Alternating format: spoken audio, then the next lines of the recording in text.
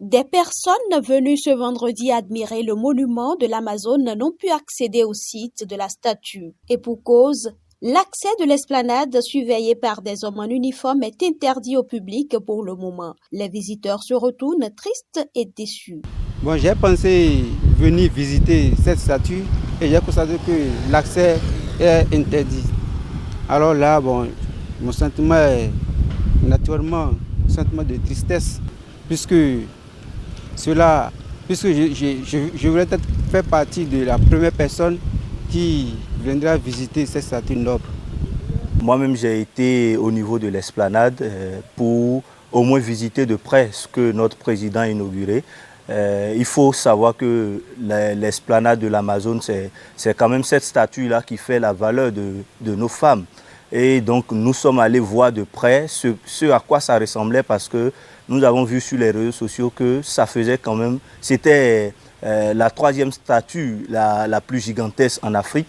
Donc, il fallait aller voir ce monument gargantuesque-là de près. Donc, nous sommes allés là. Malheureusement, le policier qui était là nous a dit qu'on ne pouvait pas visiter.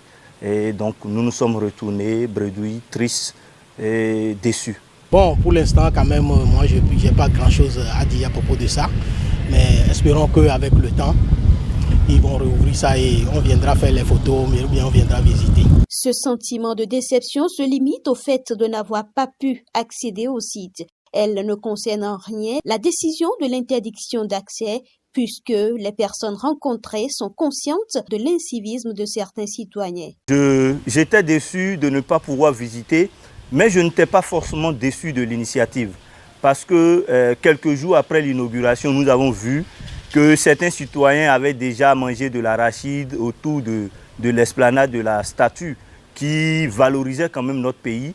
Cela voudrait dire que le civisme qui devait suivre cela, les actes civiques qui devaient suivre cela n'ont pas été forcément respectés.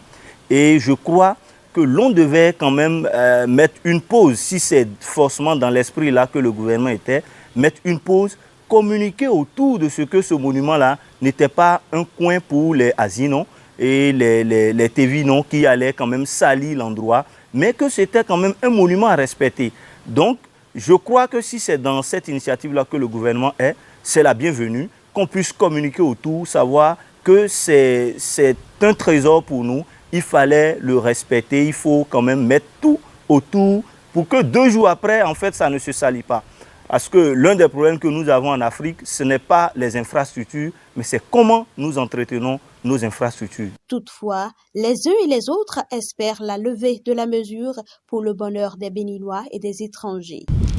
L'appel annoncé est tout simplement que l'accès est aussi rapide que les gens puissent, les gens qui viennent au Bénin ou bien qui atterrissent au Bénin à cause de cette statue, puisque ça fait partie de l'une des meilleures statues d'Afrique, le plus haut d'ailleurs. Donc moi je vois que il faille bien penser, il faille rapidement penser pour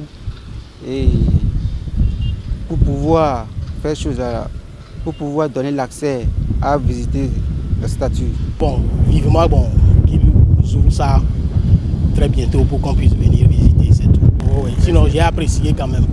En attendant que cette levée ne soit effective, pour permettre à ceux qui le désirent d'admirer de plus près l'édifice, les visiteurs se contentent de prendre quelques images souvenirs.